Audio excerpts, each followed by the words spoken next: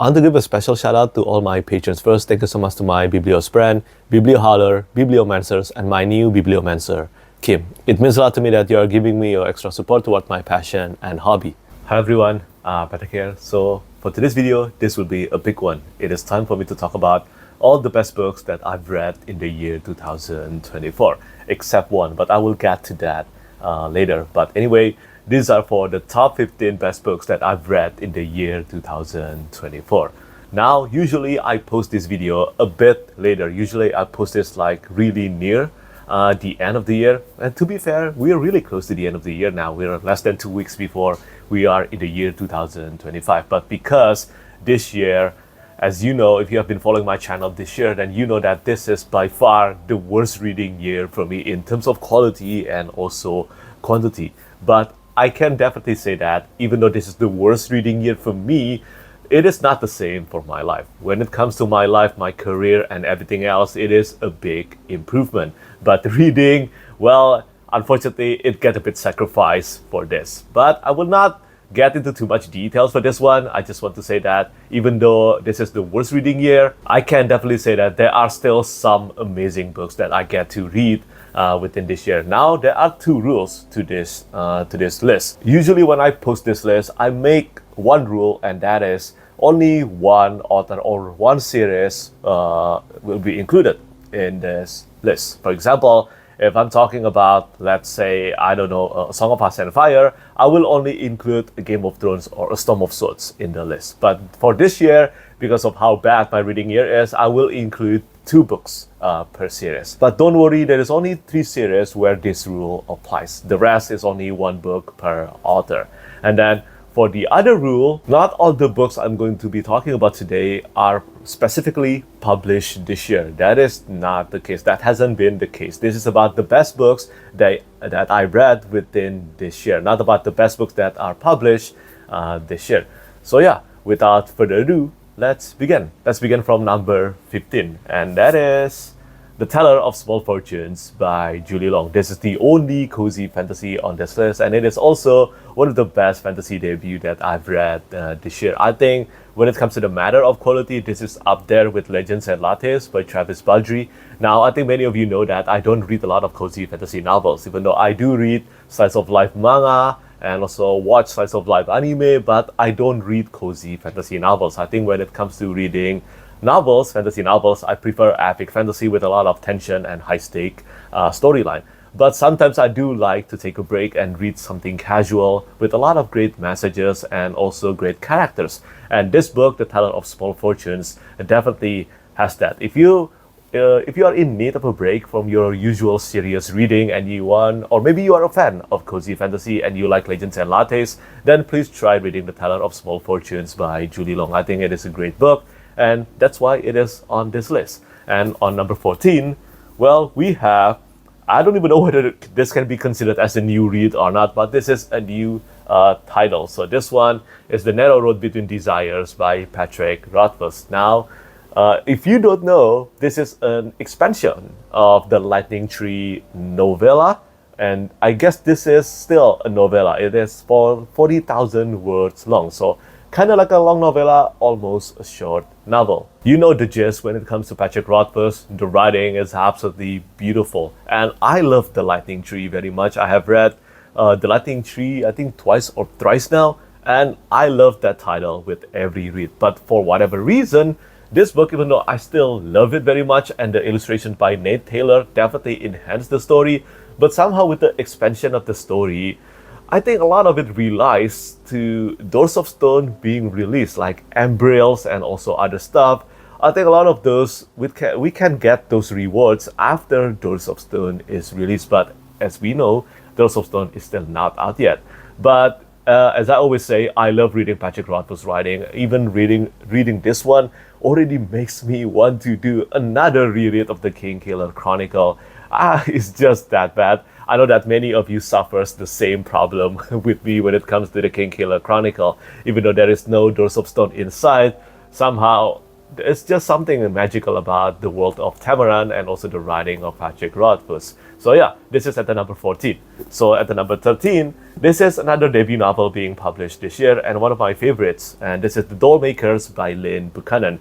This is for those of you who like reading for those of you who like watching Studio Ghibli movies and you want something in that vibe, you want to read something on that vibe, this is that book.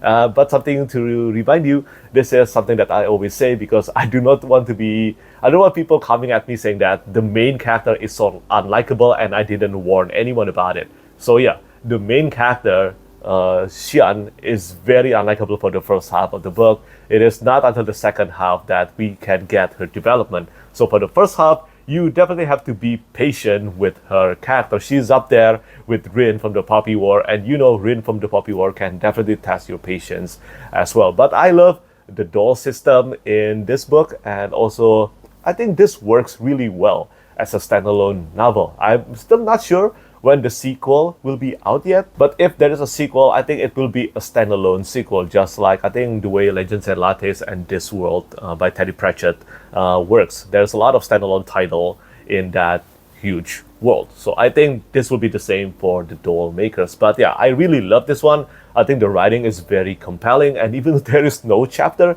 there is no chapter in this book, but for whatever reason, it just worked. The flow of the storyline really worked nicely for me, and yeah, I love the Doll Makers. I think it is an absolutely great debut novel. So yeah, now moving on to the number 12, we have The Return to Eden by Philip Chase. This is the third and the final book in the Eden trilogy, and it is, in my opinion, the best of the trilogy.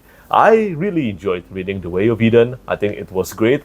And then The Prophet of Eden was a bit of a downgrade compared to The Way of Eden, but this is definitely the best in my opinion. And I know some of you know that I work as an art director for the Broken Binding edition of The Way of Eden, and I cannot wait to get around to this one. I think there are a lot of things that we can illustrate from the Return to Eden. I think Philip Chase's decision to include the Seren, I think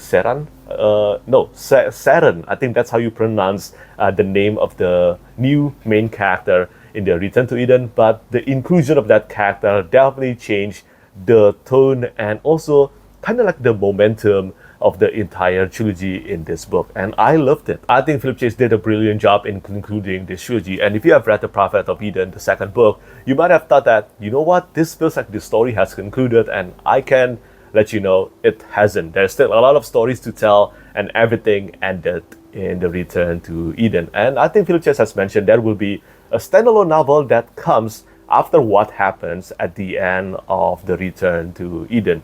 And yeah, I love this one. I think Day Raven's character development throughout the entire trilogy is incredible, especially when you think about it again, you look back and you remember that Day Raven's beginning was that simple, from this simple village, and there is a lot of things in the Eden trilogy that reminded me of reading Tolkien's books. That's definitely something to praise for. So yeah, this one is at the number 12 spot. Now moving on to number 11 spot, we have the best debut novel of this year, in my opinion, and it is The Failures by Benjamin Lyer. And what do you know? It is not a failure after all. It is a success. So this one is absolutely ambitious. It is an ambitious novel. Ted Williams has praised it, and then Christopher Rocchio has praised it, and other authors has praised it as well. And you know what? I think all the praises for this book are all well deserved. And I'm not saying that this one will hit with the larger market. I think many will actually bounce off from reading The Failures. It is very unconventional, it is different, and it is there are multiple timelines, but everything just works. I highlighted a lot of passages in The Failures, and although I really enjoyed my time with reading this one during my first read, I think this will work really well on reread as well. And I will probably do that before the release of the second book. I don't think I will be able to remember enough details. There are a lot of details in The Failures, okay? It is just, for those of you who have been craving science fantasy with a massive and expansive world building and doesn't hold your hand, narrative that doesn't hold your hand, this is it. The Failures is that book. And you know that these days, this kind of science fantasy book is very rare. You don't see this kind of book being published often now. So yeah, I'm really thankful to Matt Bialer, the agent of Benjamin Lyer, for telling me to keep an eye out for this one, and I'm really glad that I took a chance on this. It is awesome. And now we're moving on to the top 10 of this top 15 books list. At the number 9 spot, we have, of course, Ted Williams. This is The Witchwood Crown, the first book in the Last King of Boston art series. Now, you know that I'm talking about this book now, you know that I don't have the time to finish Into the Narrow Dark this month, or even the last book, The Navigator's Children, even though I really want to. I will definitely finish those 2 books early next year. That's a promise, okay? Because I want to, especially after the ending of Empire of Grass. But when it comes to Empire of Grass versus The Witchwood Crown, I think I love this one more. You know that I have a high respect for Ted Williams when it comes to writing and also world building, and I think he proved that once again in The Witchwood Crown. And somehow, even though this book is published like 30 years after the conclusion of 2 Green Angel Tower, just like the storyline in the Austen Art Saga here, because this one takes place 30 years after 2 Green Angel Tower as well. So not only about publication, but also in world timeline. But it just feels so seamless somehow. It feels like I have never left the Austen Art Saga, which is, I know it's not saying a lot because I just finished reading Memory, Sorrow, and Thorn Trilogy last year. But you know what? My point is, it just feels natural to be back in the world of Austen Art again. And I loved it, seeing the characters, seeing the old characters returns again in The Witchwood Crown. It feels bittersweet, seeing them. They are old now, obviously. The surviving characters are old now. But on the plus side, the new characters, they are all so well written as well. I think when it comes to pacing, this one is more well-paced compared to Empire of Grass. But yeah, overall, I think this one is a greater book compared to the Empire of Grass, and I loved it. I think Ted Williams just write strong first novel. Dragonbone Chair is my favorite of Memory, Sorrow, and Thorn Trilogy, and so far, The Witchwood Crown is leaning that way. And now, we move on to number 9 book on this list, and it is The Fury of the Gods by John Gwynne. This is the 3rd and the final book in the Bloodstone Saga, and now this is the 10th book by John Gwynne that I have read. Now, this is still a great conclusion. It is entertaining, it is compelling. I don't think I ever felt bored reading The Fury of the Gods. It was just easy to read from the beginning to the end. But there is one thing I must say, there is a reason that this is at the number 9 spot instead of higher. I just don't think this reached the epic scope of the Banished Land Saga. Either Wrath or A Time of Courage is more epic and more, I think, more high stakes compared to The Fury of the Gods. But that doesn't change my point that this is still a great book. I don't think I can dislike a John Gwynne book. I love everything that he writes, and even though I didn't enjoy Bloodstone Saga as much as the Banished Land Saga, I still think the Bloodstone Saga is a must-read for those of you who love the Viking and also Norse-inspired fantasy series. This is still a great series from John Gwynne, and I certainly look forward to reading whatever John Gwynne writes next. I will read whatever John Gwynne decides to read. That's definitely a definite for sure. At the end of the day, this still contains great action scenes and also great characterizations. But I think the characterizations, the best one I must choose, even though Orca is my favorite character in the entire trilogy, I still think that Varg received the best development out of all the main characters in the Bloodstone Saga. So yeah, love this one. This is still at my number 9 spot. Now for the number 8 and number 7 spot, I must say this is a bit tricky for me to decide because I think of them really close to each other. They're really like equal to me. So this is first Deathless by Rob J. Hayes. This is for the Annals of the God Eater, which is one of the book in the God Eater saga. And then we also have Herald, the biggest one of them all. This is the main books and also the main series in the God Eater saga, The Age of the God Eater. So yeah, it gets tricky to talk about these two at once, but I will try my best. So for this one, Deathless, this is much shorter. I mean, Herald, the word count of this one is bigger than Herald and Demon combined. But I think the pacing in Deathless is the best of the three. I love Deathless very much, and I think Herald, a lot of my enjoyment definitely rely from having read the Demon and Deathless first. I don't think I would enjoy Herald as much if I haven't read Demon and Deathless first. That's really my thoughts right now. because there are some parts here that definitely felt slower than expected. But because I have read Demon and Deathless, the world building part, the stuff that probably won't make sense to me if I haven't read those two books, it just became so much more enjoyable. The world building is amazing, and I think Rob J. Hayes is creating something truly special with the God Eater saga. And the battle scenes in this one, they are awesome. Love it very much. And if you like anime style, or maybe like, high concepts and also over-the-top battle scenes with magic, flying swords, and also angels, demons, and all that, you cannot go wrong with reading Herald and also the God Eater saga. Demon is by far the darkest one of the three books out so far. All three books are all first book of the series. So technically, I guess it's not wrong for me to put Herald and also Deathless in this list, because they are technically two different series taking place in one overarching bigger series. So yeah, I choose Herald and also Deathless as my 8th and 7th book on this list. And now moving on to the number 6 spot.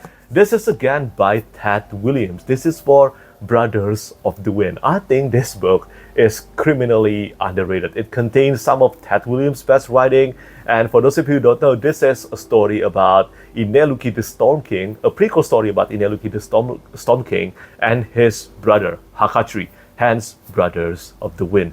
And the more I think about it, the more I love this book. Somehow when I finished this one, it felt so melancholic and unforgettable. And then as time goes by, I just think of this book constantly. So that's why this book just reached a higher ranking for me. And I know by the time I read into the Narrow Dark and also the Navigator's Children, they will be in a higher ranking, probably higher ranking than Brothers of the Wind. It is unfortunate I cannot read them within this year, but for now, Brothers of the Wind, it is published after Empire of Grass. I think it is even better than the Witchwood Crown and also Empire of Grass. It is amazing, and although this book takes place before the events of Memory, Sorrow, and Thorn Trilogy, I do highly recommend you to read this in publication order. So read this after you have read Memory, Sorrow, and Thorn Trilogy, and then the Witchwood Crown, also The Heart of What Was Lost, which is the bridge short novel taking place after Memory, Sorrow, and Thorn Trilogy, but before The Last King of Western Art. So after that, you read The Witchwood Crown, and then Empire of Grass, and finally Brothers of the Wind. It is only after you do that, I think, that you can get the best experience from reading Brothers of the Wind. Even though the story in Brothers of the Wind initially begins as a story about defeating Hido Hebi, the Black Snake, or the Evil Snake. So, even though the story is about that initially, but there is so much more to this one. It is a story about loyalty, about brotherhood, about pride, and also about how a single mistake can lead to so much more devastating impact. Love Brothers of the Wind. And now we arrive at the top 5 spot of the best books of 2024 list for me. Now for the next one, for the next book I'm going to be talking about, I didn't read this book this year. I read this book at the end of last year, but I forgot to talk about it at the end of last year. So that's my mistake. So I'm putting it this year. But this book is definitely published in 2024. And this is The Tinted Cup by Robert Jackson Bennett, a murder fantasy mystery book.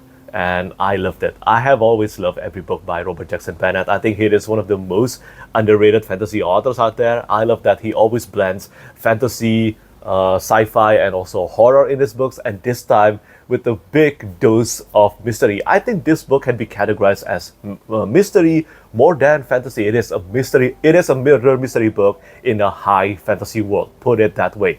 I call it a Knives Out meets Attack on Titan. Yeah, because the premise is very similar to Attack on Titan at first, with the coming of giants and then the walls and then the destruction of the walls. It is very similar to the beginning of Attack on Titans, but when it comes to the tone, it is definitely reminiscent of Knives Out. I think the duo of Din and Anna are incredible. I love this duo so much, and I already have the second book, A Drop of Corruption, and I definitely will read that early next year as well. That's my hope. Anyway, but seriously, if you love fantasy, if you love murder mystery, and you love Attack on Titan and, murder mystery movies like Agatha Christie and Knives Out, I think it is brilliant. And Robert Jackson Bennett has mentioned if the sales of the series keeps going well, he will write so many books in the Shadow of the Leviathan series, and I will read everything definitely. So yeah, this is at my number 5 spot, even though I read it last year.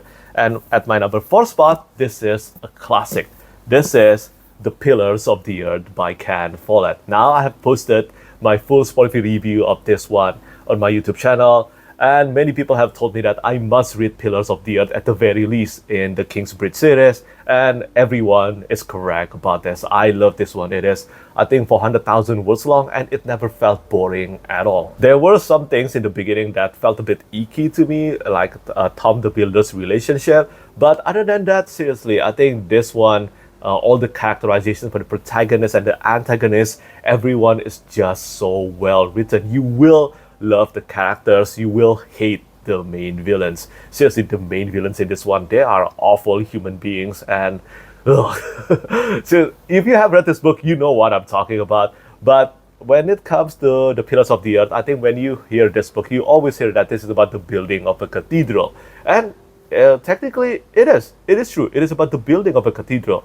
But I think when you look into it, when you analyze it, there is so much more to it. It analyzes cooperation, it analyzes planning, and it analyzes fate, destiny, and everything. There's so much more, there's so much things involved when it comes to the matter of building something of this grand structure. So that's something that I learned a lot from reading Pillars of the Earth. And after I read this one, I remember going to the UK in August, and every time I see a Gothic cathedral, I just felt so amazed, and I cannot get enough of them now. I've always been fascinated by them, but after reading the building of it in this book, I became even more fascinated by them now. So yeah, there is a lot of things involved when it comes to the matter of building a cathedral, especially during the time of the storyline in this book. And yeah, I highly recommend this one, whether you are a fan of historical fiction, fantasy, or you know what, just a fan of great stories. Definitely read The Pillars of the Earth. It is amazing. And now moving on to the number 3 spot. This is again not a book published this year, and probably some people will be angry at me for mentioning this, but you know what, this is the book that I read within this year, and it is honestly the best epic fantasy book that I read this year. It is The Devils by Joe Abercrombie. This one is going to be published 5 months from now. And you know the drill with Joe Abercrombie. Amazing characterizations, amazing writing, amazing dialogues, and of course, magnificent battle scenes. But overall, this one is more fun in tone compared to the First Law World. It is entertaining, and you know the humor, Joe Abercrombie humor, is always spot on. And this one actually contains more humor compared to the First Law World. It is not as dark as the First Law World, but it is dark enough. So I always say that this is not the First Law. So do not come into this one expecting that you will get something completely similar to the First Law World. It is not that kind of book, and this book worked absolutely well as a standalone novel. But at the same time, if you do love the First Law, then I think you will still love The Devils. It contains all Joe Abercrombie's significant and also iconic strength as a storyteller. And Joe Abercrombie is one of my top favorite authors of all time. So it goes without saying that there's a really good chance I will end up loving The Devils. And yeah, I did end up loving The Devils very much. And you know, I want to say that this is a precious visiting copy for me because I managed to get this one signed by Joe Abercrombie himself at Worldcon, yeah, in the UK. So yeah, I got this one in August, and I cannot thank him and also Golangs enough for it. But you know what? I've been reading Joe Abercrombie since 2016, and I never disliked a book written by him. Never. And The Devils is not an exception to that. If you love Best Served Cold and you want something more like that, but with a found family aspect, then this is it. The Devils is for you. But I know that many of you watching my channel will be reading this anyway when the time comes. And yeah, I look forward to hearing all of your thoughts for it. Hopefully all of you will enjoy this as much as I did. If you haven't pre-ordered this book yet, make sure to do it because yeah, it will be out in the month of May. And now we arrive at the top 2 spot. And if you have been following my channel, then you know that, well, these two will be the Sun Eater series. So at the number 2 spot, at the runner-up spot, we have Disquiet Gods by Christopher Rocchio, the 6th and the penultimate installment in the Sun Eater series. Now, I cannot talk too much about this one. I have posted a full spoiler-free review of this Quiet Gods on my YouTube channel, because this is the 6th and the penultimate installment. I don't want to spoil anyone jumping into this or haven't read this one yet. But you know what? This is another incredible science fantasy novel. It takes the story to places that I don't think will be visited. This happens a lot when it comes to Sun Eater. It is not as predictable as you think, even though in the beginning of Empire of Silence, Hadrian Marvel tells you what's going to happen at the end of the story. There's a lot of details to fill in, and those details, seriously, they are amazing stuff.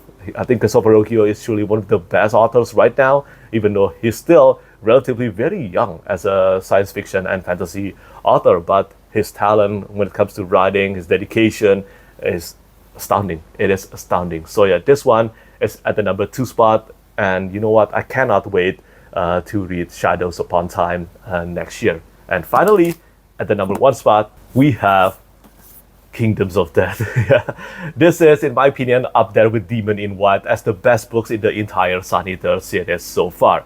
And this one is the darkest book by far in the entire series so far as well. But I love this one. I absolutely loved it. I think not a lot of authors have the valor to try something as daring, as dark as what Christopher Rocchio did in Kingdoms of Death. This one reminded me of Berserk by Kentaro Miura. I always compare this to Berserk, but that's just because of how much I praise, how much I love Kingdoms of Death. I don't make comparison to Berserk often, but this one definitely earned that, especially to the Eclipse. That's all I can say. It is amazing. It's absolutely amazing stuff, really. And I read this book. This is the first book that I start in January 2024, and it stands strong as the best book throughout the entire year. Kingdoms of Death was just that good, in my opinion. It is a science fantasy masterpiece, no doubt about that at all. And I can only applaud Christopher Rocchio for this. So yeah, the top 2 both plays belong to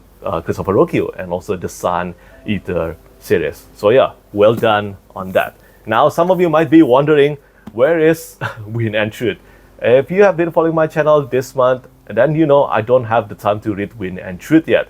I want to start rereading Rhythm of War. That's also why I post this video early, because I know the rest of the month I won't have time to read something new. I probably will reread Rhythm of War or reread something else. That's my plan right now. I don't have the energy to start something new this close to the end of the year, because I will be busy with a lot of things. So that's why this is my list for the best books of 2024, and I really hope that 2025 will provide me a better reading experience. I will do my best to manage my time better, and hopefully, as I said, have a great time reading books again. Have a better time reading science fiction and fantasy novels again, because there are a lot of great titles coming in the year 2025. And considering that, I will be reading Wind and Truth, and then also The Navigator's Children, and then Shadows Upon Time, probably Red God by Pierce Brown.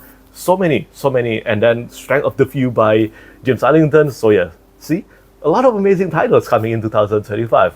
Just these 5 alone, these 5 books that I will read in the year 2025 already excites me. So hopefully next year will be better when it comes to the matter of quantity and quality. So yeah, I think this is it. This is my list for the best books that I read in the year 2024. Do let me know what you think about my list, and of course, please let me know what is the best books that you have read in this year. I will still post videos next week. I don't know how often, but I will still post videos. But anyway, this is it from me today. As always, thank you so much for watching, and thank you for your support. Bye bye. Lastly, I want to say thank you so much once again to all my patrons who keep on supporting me.